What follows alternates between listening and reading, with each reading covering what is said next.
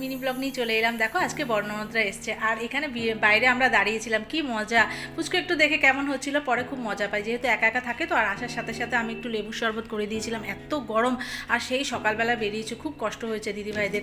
আর এখানে পুচকুর জন্য ললো নিয়ে এসছে, যেহেতু ললিপপ খেতে পুচকু খুব ভালোবাসে।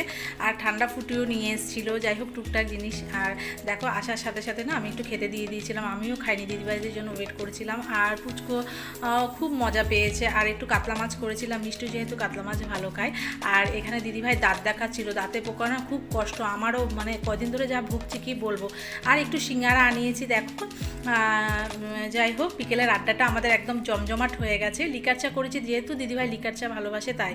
আর পুচকুর যে কী দুষ্টুমি, ও না একা একা থাকে তো, সবাইকে দেখলে খুব খুশি হয়ে যায় আর খুব এক্সাইটেড হয়ে যায়, ওই জন্য না পড়ে যায় ধাপাস ধুপুস করে। এই শটটা তোমাদের সঙ্গে শেয়ার করেছিলাম, দেখো কীভাবে ধাপাস করে পড়ে যায়। যাই হোক যেটুকু হোক আমি তোমাদের সঙ্গে শেয়ার করবো পুরো।